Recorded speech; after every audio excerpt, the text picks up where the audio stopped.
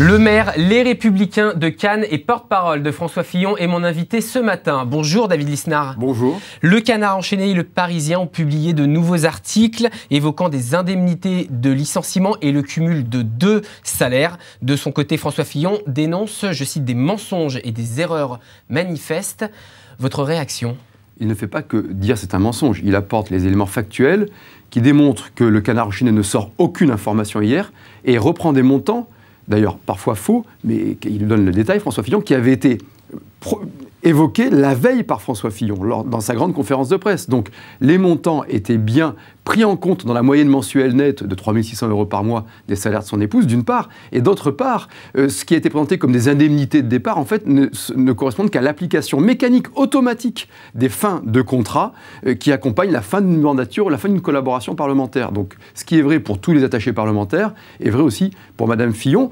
On nous disait la veille ou quelques jours avant qu'il n'y avait pas de contrat de travail. Maintenant, on nous dit que le contrat de travail est respecté et ces contrats sont les mêmes pour tous les attachés. Donc là, objectivement, il n'y a pas de fait nouveau. Il y a une présentation extrêmement sensationnelle de faits d'une banalité presque affligeante et donc avec la volonté d'alimenter un mauvais feuilleton. Le prochain cours, peut-être nous sortir les tickets resto de Madame Fillon, quoi. Alors si on revient sur le terrain politique, lundi, lors de sa conférence de presse, François Fillon a déclaré une nouvelle campagne commence. Une nouvelle campagne commence, est-ce que ça veut dire aussi une campagne moins seule ?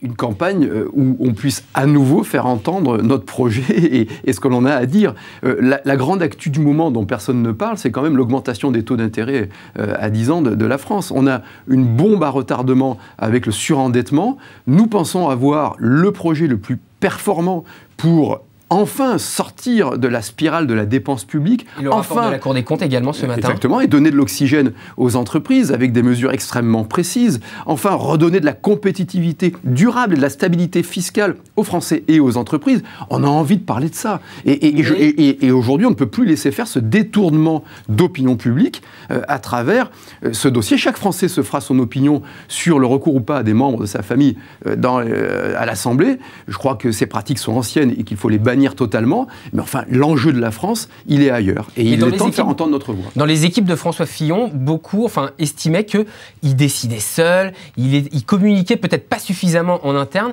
Est-ce que justement, pour cette nouvelle campagne qu'il annonce, il va devoir revoir un peu sa façon de travailler avec ses équipes, justement pour faire cette nouvelle campagne qu'il appelle. Cette réponse, puisque la campagne rentre dans une nouvelle phase.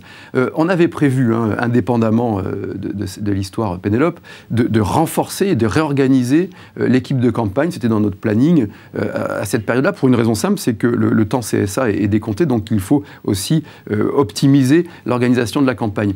François Fillon, c'est quelqu'un qui a un fort caractère, qui a des convictions extrêmement fortes et qui doit créer un élan autour de lui. C'est ce que nous nous attachons à faire. Et c'est pour ça qu'on a eu l'impression, en tout cas cette impression, que peu de parlementaires, les Républicains, ont semblé le soutenir par rapport à ce qu'on avait pu voir parfois dans le passé avec d'autres candidats. Tout ça, comme vous le dites, c'est de l'impression, c'est impressionniste. Oui, on entend toujours la voix divergente, on n'entend pas toutes les voix convergentes.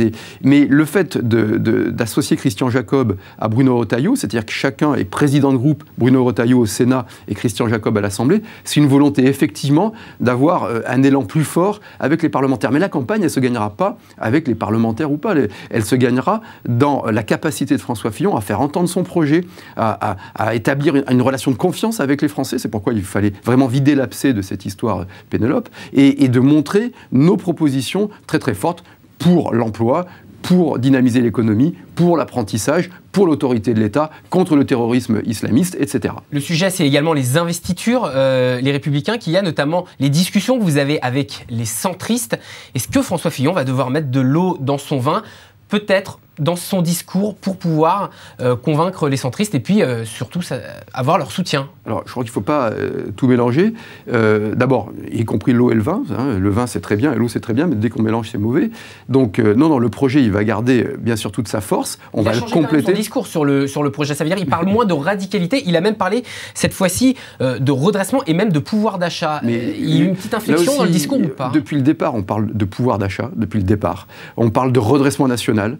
Et Et on parle pour cela d'une nécessité radicale de rompre la spirale de la dépense publique. Et on essaie même de dire comment on le ferait, puisque j'entends certains candidats qui disent qu'il faut ramener la dépense publique de 57% du PIB à 50%. Ils ont raison, ça fait plus de 120 milliards de dépenses en moins, mais parallèlement, ils ne proposent que des dépenses supplémentaires. Donc on met les gens dans l'illusion préélectorale qui fait les grandes désillusions post-électorales. La ligne reste la même, vous Bien sûr, mais il faut le compléter, il faut l'expliquer, il faut bien dire que ce n'est pas un projet d'effort et de souffrance, c'est un projet de redressement. Et le redressement, il passe par une cohérence et une globalité de politique publique. Et croyez-moi, ça fait beaucoup de bien de pouvoir à nouveau reparler de cela. Allez, David Lisnard, on va changer complètement de sujet cette fois-ci. Vous êtes, on l'a dit en introduction, le maire de Cannes. Un festival de la série télé est actuellement en train d'être construit, d'être préparé. Plusieurs villes sont en compétition, parmi lesquelles Lille, Nice et également Cannes, Paris également, Bordeaux, je crois aussi. Cet appel sera donc décidé par le ministère de la Culture, mais vous avez décidé que, quelle que soit la décision du ministère de la Culture, vous organiserez de toute façon un festival de la série à Cannes. Est-ce que c'est pas un petit peu déloyal, David Lisnard ? J'avais annoncé ce projet en 2011.